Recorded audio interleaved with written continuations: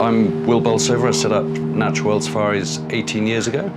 At the moment we're actually up in Svalbard, up in the Arctic North, which is fantastic, aboard our ship the Kingfish.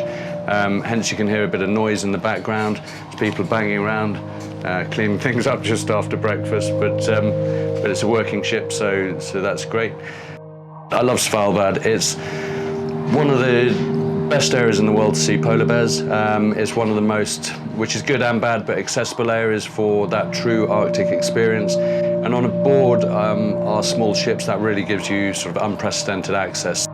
A lot of people think small ships are 100 clients, give or take. Our small ships are just 12 clients. So that gives you unique access to anything you see. So for example, you see a polar bear, you can be off the ship in 10 minutes on your Zodiac, and experiencing the polar bear, all obviously within the relevant regulations and distances, according to AECO and the governor of Svalbard. Basically, polar clothing is essential. On this trip, you need a decent down jacket, you need layering systems, so you have a thermal underlayer and then a fleece, and then a heavier fleece, and then down jacket, and muck boots also as well, because you often have wet landings, so you're jumping off Zodiacs into sort of ankle-deep water to do shore landings, etc. You take your gloves off to take a shot with your camera, and within 2 minutes your hands are freezing. So you've got to be really, really quite careful. The reason we wanted to come this time of the year is just because it's snowy backgrounds, it's stunning photographically. It can be a bit harder for the wildlife because there is still ice out there. The polar bears are still out on the ice. They're hunting for the seals, etc. So they're more scattered. They're not sticking to the shorelines as much.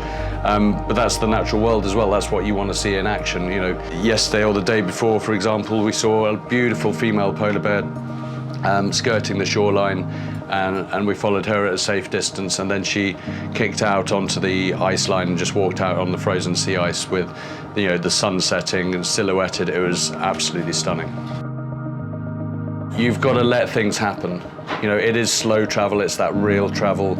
On board the ship, you are really sitting here waiting for things to happen and taking in your surrounding. Yesterday we were sitting there having a cheeky drink on the bow, and then we slowly have the walrus floating around on the ice, and that just floats up next to us. There are other Arctic experiences in the world, but they are often a bit more structured. So this is a bit more liberal in terms of what we're doing, how we're doing it. You are based on the ship the whole of the time you're here for that 8-10 days. So you really do have a sort of home from home, and it's a really nice personal way to enjoy it. The crew become part of the family, the expedition leaders, friends, and it gives you that opportunity to experience something truly unique. I think it comes back to slow travel. You've got to try and sort of take a step back and just really digest where you are and why you're going there, and really think about that before you book where you're going. Why do you want to go there? What do you want to get from it? And what can you bring to that destination as well? You shouldn't just be taking from that destination. So those are key elements for me. I think it's more about slow travel and really thinking about why you want to travel in the first place.